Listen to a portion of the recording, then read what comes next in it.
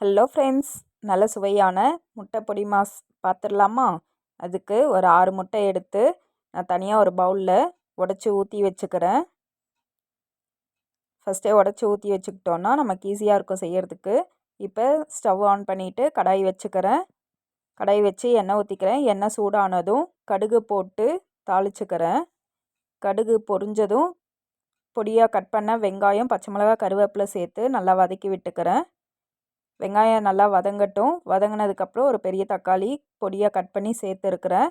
இந்த தக்காளி கூடவே தனி மிளகாத்தூள் ஒரு 1/2 ஸ்பூனு, கொஞ்சமாக உப்பு சேர்த்து நல்லா வதக்கி விட்டுக்கிறேன். நல்லா வதங்கி வரட்டும். இப்போ முட்டை உடச்சி ஊற்றி வச்சுருக்கோம் இல்லையா, அதை சேர்த்துக்கலாம். சேர்த்து நல்லா வதக்கி விட்டுக்கலாம்.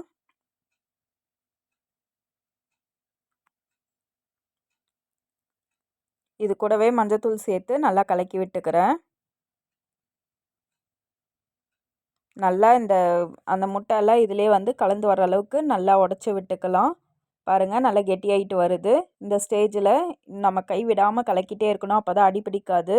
ஆனால் ரொம்ப நேரம் வதக்கக்கூடாது. கொஞ்சம் ஈரப்பதமாக இருக்கும்போதே எடுத்துடணும், அப்போ தான் சாஃப்டாக இருக்கும். இல்லைனா ரப்பரி ஆகிடும். அவ்வளோதாங்க, முட்டை பொடிமா சூப்பராக ரெடி ஆயிடுச்சு. கண்டிப்பாக ட்ரை பண்ணி பாருங்கள். சிம்பிளாக இருக்கும், சுவையாகவும் இருக்கும். அவ்வளோதான் ஃப்ரெண்ட்ஸ், பாய்.